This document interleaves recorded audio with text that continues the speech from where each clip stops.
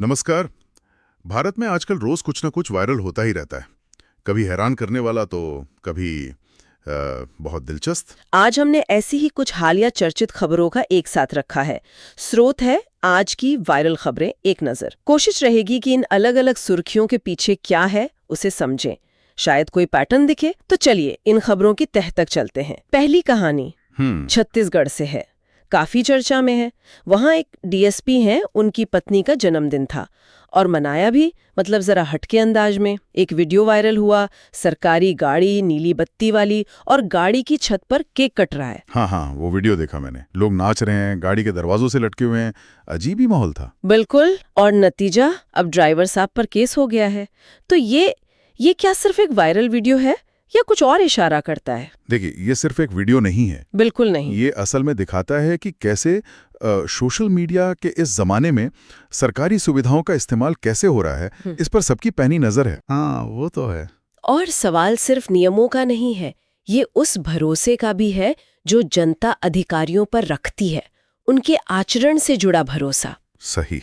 तो इस एक घटना ने, आप कह सकती हैं, सरकारी रसूख और जिम्मेदारी, इस पूरी बहस को फिर से हवा दे दी है। और जिम्मेदारी की बात चली है तो हवाई सुरक्षा, ये भी एक अहम मुद्दा है।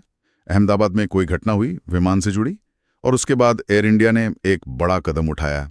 जुलाई तक अपनी करीब 15% अंतर्राष्ट्रीय उड़ानें रद्द कर दी हैं। ये तो यात्रियों के लिए परेशानी वाली बात है ही, पर इसका असर तो है, और काफी बड़ा है। ये सिर्फ यात्रियों या एयरलाइन की साख, मतलब रेप्यूटेशन का सवाल नहीं है। अच्छा। हाँ, ऐसे फैसले ना पूरी इंडस्ट्री के लिए एक तरह का सिग्नल होते हैं, सुरक्षा मानकों पर फिर से ध्यान देने का।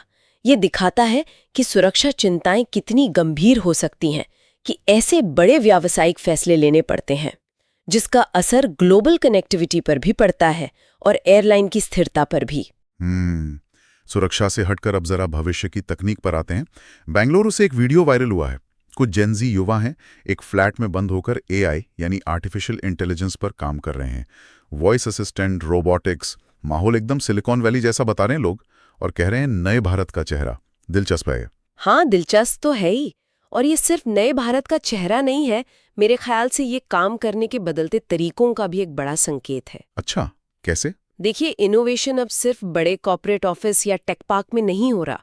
ये युवा टीम भारत की बढ़ती टेक महत्वाकांक्षा, स्टार्टअप कल्चर और उस जज्बे को दिखाती है जो पुराने ढांचों को चुनौती दे रहा है। सही कहा। ये एक तरह से कह सकते हैं वर्क फ्रॉम होम का एक्सट्रीम वर्जन है, शायद भविष्य के वर्कप्लेस का मॉडल भी। और टेक की दुनिया से एक और बड़ी खबर, एलॉन मस्क की कंपनी है स्टारलिंक। उसे भारत में सैटेलाइट इंटरनेट सेवा शुरू करने की मंजूरी मिल गई है। सुनने में आया है 2025 तक सेवा शुरू हो सकती है। खर्चा इंस्टॉलेशन का करीब 33,000 रुपये और महीने का 3,000 रुपये। ये तो भाई गेम चेंजर हो सकता है। बिल्कुल गेम चेंजर हो सकता है, खासकर उन दूर दराज के इलाकों के लिए जहां अभी भी इंटरनेट पहुंचाना एक चुनौती है।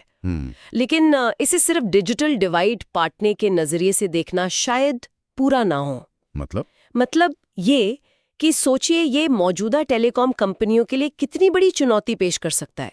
कंपटीशन बढ़ेगा। हाँ, ये बात तो है। और जहां फाइबर नहीं पहुंच सकता, वहां ये शिक्षा, स्वास्थ्य, व्यापार, सबके लिए नए दरवाजे खोल सकता है। पर हाँ, सवाल ये भी रहेगा कि ये सेवा असल में कितनी किफायती होगी और जमीन पर इसका असर क्या होगा। सही। मतलब पोटेंशियल तो बहुत है। बिल्कुल, तकनीक तक पहुंच में एक बड़ी छलांग हो सकती है ये। अच्छा, तकनीक से हटकर अब थोड़ा अंतर्राष्ट्रीय मंच पर चलते हैं। G7 समिट हुई हाल ही में। वहां इटली की प्रधानमंत्री हैं जॉर्जिया मेलोनी। ठीक है। उन्होंने पीएम मोदी से मिलते हुए मजाक में कहा, you are the best, I am trying to be as you. और बस सोशल मीडिया पे हैशटैग मेलोडी ट्रेंड करने लगा। मीम्स, वीडियोस, बाढ़ आ गई जैसे। हाँ, ये घटना भी अपने आप में काफी दिलचस्प है। ये दिखाती है कि आज के जमाने में कूटनीति या डिप्लोमेसी वो सिर्फ बंद कमरों तक सीमित नहीं रह गई है। नेताओं के बीच की हल्की फुल्की बातचीत, कोई मजाक, वो भी कैसे पल भर में वायरल होकर अंतर्राष्ट्रीय सुर्खियां बन जाता है। और फिर उस पर राजनीतिक रंग चढ़ने लगता है। सोशल मीडिया अब डिप्लोमेसी और नेताओं की इमेज बनाने में एक अहम रोल निभा रहा है, चाहे इरादा कुछ भी रहा हो। और अंतर्राष्ट्रीय पहचान की बात करें तो एक भारतीय शेफ है, विजय कुमार। उन्होंने अमेरिका में पाक कला का एक बहुत प्रतिष्ठित अवार्ड जीता है, जेम्स बियर्ड अवार्ड। इसे फूड इंडस्ट्री का ऑस्कर भी कहते हैं। अवार्ड लेते हुए उनका भाषण भी बहुत वायरल हुआ, काफी भावुक थे वो। ये तो भारतीय खाने की एक बड़ी जीत है। बिल्कुल बिल्कुल। ये सिर्फ एक शेफ की व्यक्तिगत कामयाबी नहीं है, ये दिखाता है कि दुनिया भर में अलग अलग खाने की परंपराओं के प्रति स्वीकार्यता और सम्मान बढ़ रहा है। हाँ। ऐसे अवार्ड्स एक तरह से कल्चरल एम्बेसडर का काम करते हैं। भारतीय स्वाद, उसकी बारीकियां उसे ग्लोबल मंच पर लाते हैं। ये दिखाता है कि कैसे खाना भी संस्कृतियों को जोड़ने का एक जरिया बन सकता है, बहुत शक्तिशाली जरिया।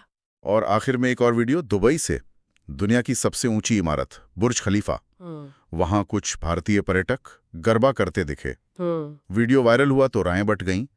कुछ लोग कह रहे हैं वाह, भारतीय संस्कृति का गौरव, तो कुछ कह रहे हैं भाई जगह का तो लिहाज करते। तो सवाल उठता है कि अपनी संस्कृति का प्रदर्शन कहाँ और कैसे किया जाए, इसकी कोई सीमा है?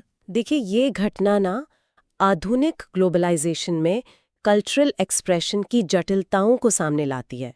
एक तरफ अपनी संस्कृति पर गर्व है, उसे दिखाने की इच्छा है। हाँ। दूसरी तरफ जगह की गरिमा, उसकी उपयुक्तता का सवाल है। क्या हर जगह सब कुछ करना ठीक है? ये दिखाता है कि कैसे पब्लिक स्पेस में ऐसे प्रदर्शन पहचान, सम्मान और स्वीकार्यता पर एक बहस छेड़ देते हैं, और ये सोचने पर मजबूर करता है कि परंपरा और आधुनिकता के बीच संतुलन कैसे बने, कहाँ लकीर खींची जाए। तो आज हमने इन वायरल खबरों के जरिए कई अलग अलग रंग देखे।